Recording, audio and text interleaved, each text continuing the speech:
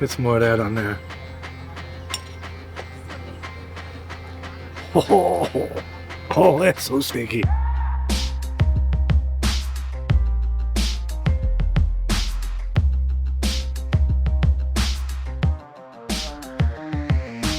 What's up, everybody? Still trying to beat the rain around here in Siem Reap, but today I have made my way out to an area that I'm dedicating an entire video to this restaurant right here. This place is called Khmer Taste Noodles, and wait until you see this. This is mind-blowing.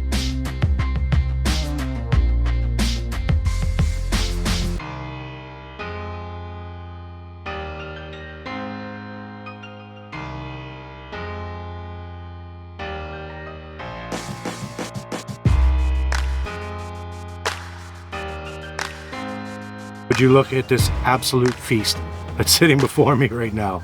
Like, you don't even have everything in frame there. Like, here's more. Like, oh, look at that. So what we have here are some deep fried quails. It's a spicy version of a deep fried quail. This one over here is field crabs, deep fried field crabs. For the most part, these are pretty large. You're not gonna be able to eat every bit of this one here, but you'll be able to get a big chunk of everything out of this here. Normally when these are really small, they're deep fried, you just pop the whole shell and everything right into your mouth. This thing here, I'm gonna do my best to hold this up for you here. Basically, what they're calling this is a family noodle feast, I believe is the way Boran described it to me. You got some catfish in here, there's some snails in here, there's some beef tripe, there's some fish balls, there is some boiled pork belly, some spinach, some cabbage, some morning glories, some bean sprouts. Don't remember what these are called. It's some type of a hanging vine, but I've had them before. I don't know what they're called though. And then you get those fresh noodles that they make up right there, which I'm going to tell you all about that noodle process here in just a minute. Another one you don't have in frame there. Like, look at the size of this platter compared to my head. Like, that is just massive. So what you have here is you have some minced pork, and there's galangal and kaffir lime leaves, and they grill it on the little cutting board that you see it sitting on right now. And it's basically, I'm assuming, comes off like a pate. And what you're supposed to do, you have all these vegetables here.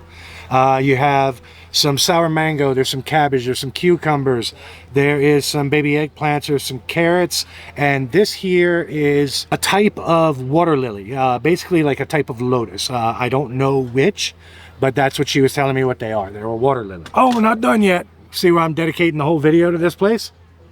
We have this one here. So this thing here is a fish amok. So if you watched last week's video, you know that I just tried amok.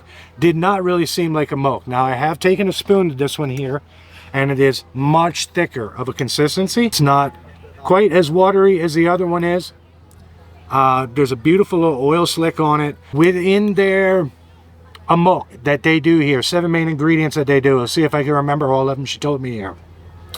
Galangal, lemongrass, kaffir lime leaf, paprika, turmeric, garlic, and I'm missing one more. I don't remember what it is now. So I'm really excited about I'm excited about all of it. But first, let's talk about Boran and this restaurant, because this place is unbelievable. As you can see, the little area that I'm sitting in is mine. Like, there's nobody else here. I'm surrounded by people, and all of the other ones, there's probably, I would say, 20 at least of these little huts that are here. And then look back behind me. After you eat your meal, you stretch out on a hammock and relax for a little bit. And it appears that that's what a lot of people do, is that they'll come in, have their meal, and then they kick back and relax on a hammock. It's a very relaxing little place. Apparently it's very traditional Khmer food. Came highly recommended to me from somebody in Phnom Penh. And then the Airbnb that I'm staying in, that was this was the first place off the tip of their tongue. Go there. Like, it's just that good. Boran has been amazing. She's super helpful. She's explained the whole noodle making process. So speaking of which, let's tell you about that right now. This is where it all begins. Rice is first soaked for 24 hours in these large buckets. After soaking, the rice is transformed. It's ground into a fine paste and then wrapped in press and cheesecloth to solidify. An hour of boiling follows that up, turning the paste into a pliable dough. Next comes the kneading. First, a machine gives it a good workout. Then hands take over for the finishing touches. The dough is forced through this mold that has tiny holes in the bottom of it with a hydraulic jack into boiling water. The freshly pressed noodles are boiled for 2 minutes. Then get a quick cold water bath to stop the cooking process and to prevent them from sticking. Let's jump into all of this here. First thing I want to try though is this, like I said, I have no idea what it's called. It's the minced pork. And Boran explained to me how to do this. Obviously, I've never eaten this before. I have no idea what I'm doing here. I've never done this before, so I don't know. Basically, what she said is you just take one of the assorted vegetables that are here and you dip into the minced pork. So that's what I'm doing here. And we're starting off here with one of the carrots. Here we go. Oh my God. The pork is extremely sweet. I wasn't expecting it to have that much of a sweetness to it. You can kind of see how it looks like it's just all mashed up there. Let's put one of these chilies out here. I'm gonna grab an eggplant. I'm gonna pull the chili up on here as well. Oh my God. Oh, the fresh vegetables work perfectly. We had the chili in there. You get that nice little bite. It kind of balances out that sweetness to the meat itself.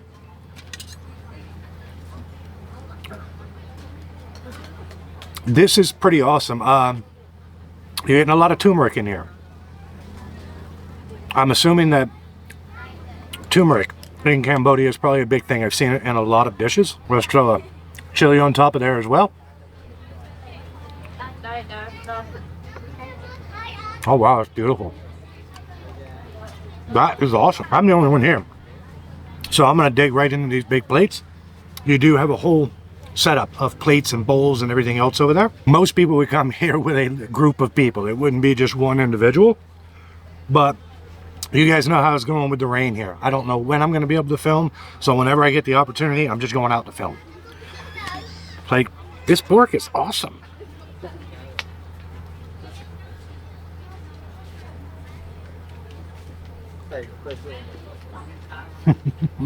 Oh wow. I don't know how you would use this. Let's try it like this. It's been so long since I've used a fork, I don't really know what I'm doing with it. We're just gonna get some up on a spoon and then we're gonna bite into that. Here we go. I heard your water lily.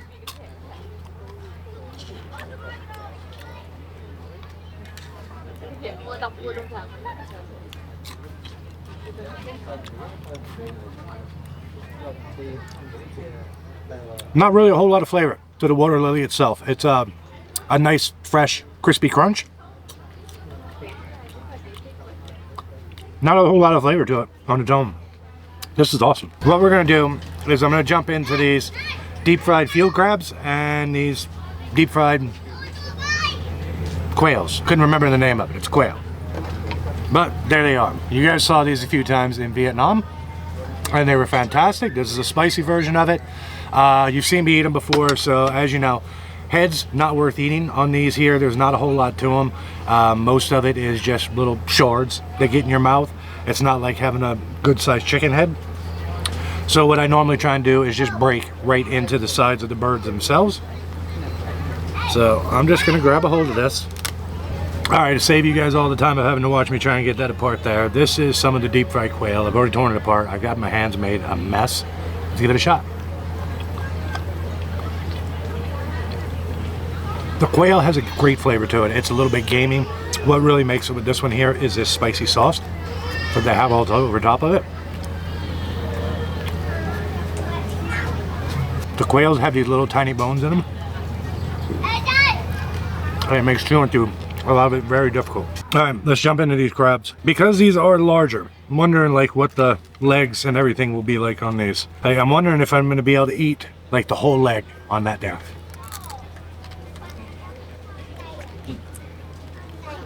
The small legs you can still eat. The claws on these are way too hard. Like, there's no way that I would be able to get into that. Crabs themselves, there's really only one part worth eating.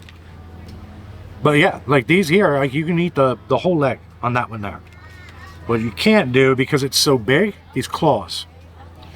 So you see those big claws there? Like, they are hard. I already tried to bite into one before I started rolling on this shot here. But the little legs, you can eat the whole thing. They are a little bit crunchier then it's not from a fried crunchy. It's because the shell of the crab is starting to develop too much. Right. There's not a whole lot of meat or anything inside of those because the legs are so small. But the body of the crab itself, trying not to get my hands a total mess again. So you'll see on the body of the crab itself, that's where you're going to find all of your meat on the crab. So we're going to see if I can get in there and just pull some of that out.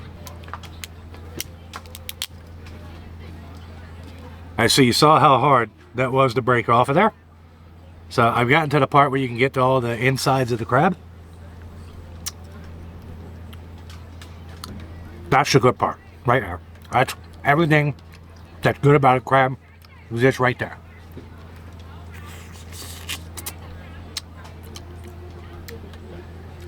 It's fantastic.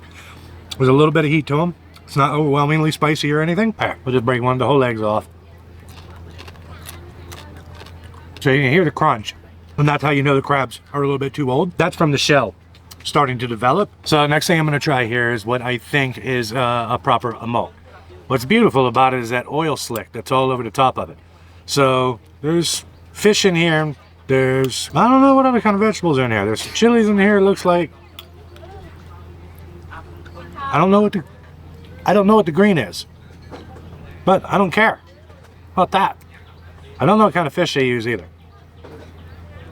Let's try a proper amok. It is quite a bit thicker, a lot richer looking, more custardy than what I had the last time.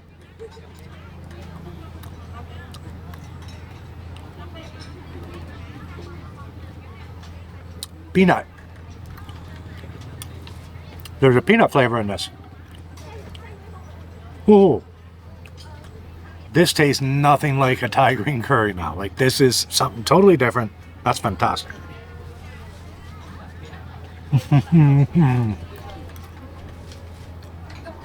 Oh, wow. I don't know if it's like this everywhere, but I may have just found my new favorite Cambodian dish.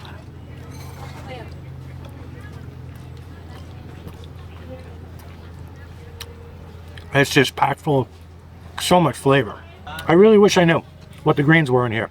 I don't. The fish is flaky, tender, juicy. Oh man. Before I jump into this, let's just say, that's a shrimp paste there. Now, it's a shrimp paste. It's more like a sauce than it is a paste. If this could be extremely salty. It is. It's fantastic. And it's spicy. I'm gonna throw some morning glories in there. I'm gonna throw some of the bean sprouts in there. I don't think I have any protein. Let's go simple with this one here. I'm gonna throw some of the boiled pork belly in there and some fish cakes. So let's just get a little bite out of it, because I just want to see if I'm getting that shrimp paste in there. Very subtle. I need more. You're getting a great heat to that shrimp paste there. So it's not like shrimp paste that you find in most Southeast Asian countries. It's quite salty. It's a little bit more liquefied than you find in most places. Most places it's a bit heavier because they are literally taking the baby shrimps and they're just mincing them up. This is more like strained, so it's more like a sauce. There's great heat to it. You got a piece of the pork in here.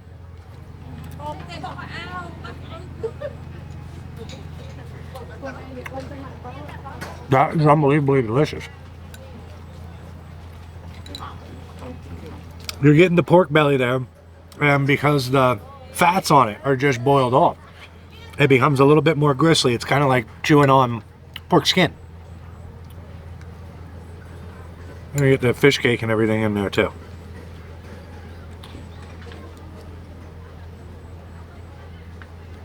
Oh wow.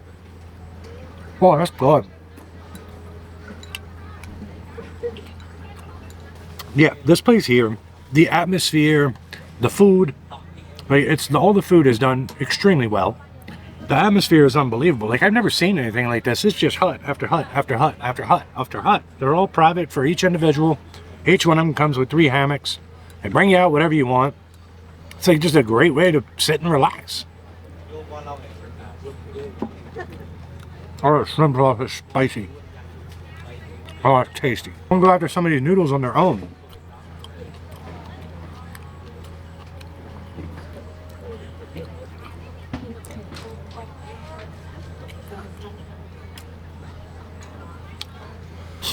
Yeah, we'll have to do that again here shortly because I got my whole mouth on fire from the spicy shrimp sauce. So I saved you the trouble of watching me having to try and make up another bowl of that there. So right now it's just noodles, some veggies and everything in here. Let's get some of the tripe. Get some tripe in here. I'm gonna go just tripe because I don't want to mix the taste of a catfish, which doesn't look like a catfish. It looks like it could be a snakehead fish. Which, I guess, I don't know. Are snakehead fish a type of catfish? I'm not really sure. That's what it looks like to me, though. That is certainly a snakehead fish. I don't know. Now we'll try the snails, too. Sauce I want to do this time. I want to try the spicy fish sauce. Now, I don't know if it's a fish sauce or if it's supposed to be a fermented fish sauce or just a regular fish sauce. Okay, here we go. Let's play the test game on it again.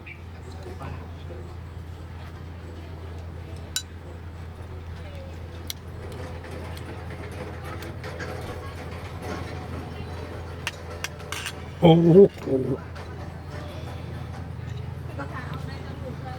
Get out of here. I kid you not, that was a spicy version of it, which is fantastic, and I love it. I didn't smell this earlier. This is absolutely fermented. This smells like mum nem from Vietnam. Oh, it is so sticky. All right, here we go, because it tastes delicious.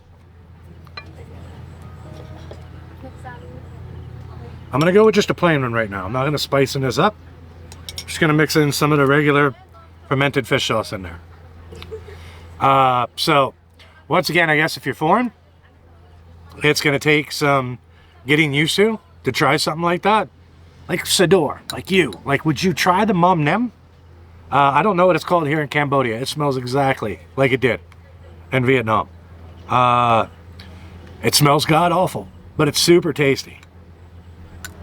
And I'm gonna go Sador, no tripe for you either, eh? Get some more of that on there. Oh, that's so stinky. Here we go. This is just some veg and some of the noodles with the fermented fish sauce.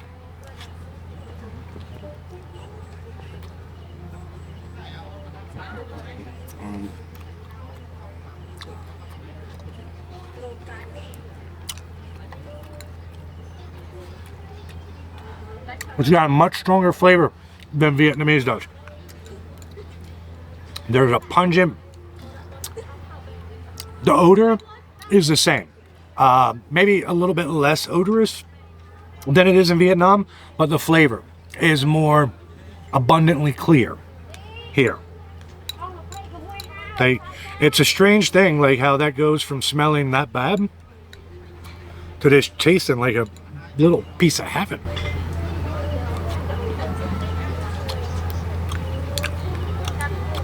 That's so good. Let's throw some of that spicy on there. Let's try it now with a little bit of that beef tripe sticking up right there.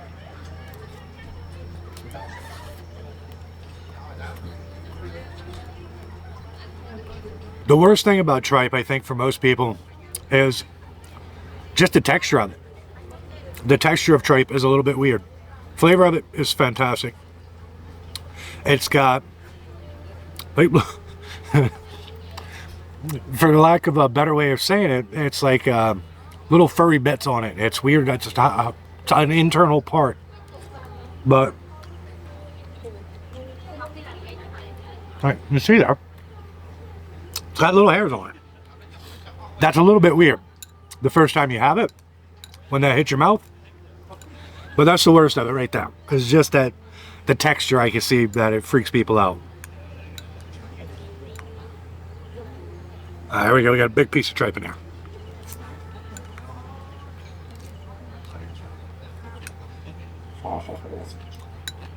Let's try their little snails. Oh, I don't want him to break. Hold on.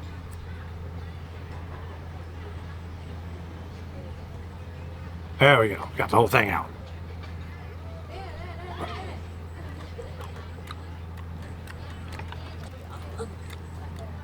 Snails are always great. It's just the only thing that most people are going to find a problem with is chewy. That's it. They're just chewy. They taste delicious though. Yeah, I'm going to try it with the shrimp sauce.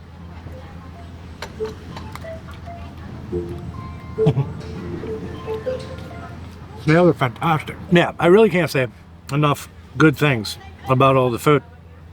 I got to go after this again because this was super tasty.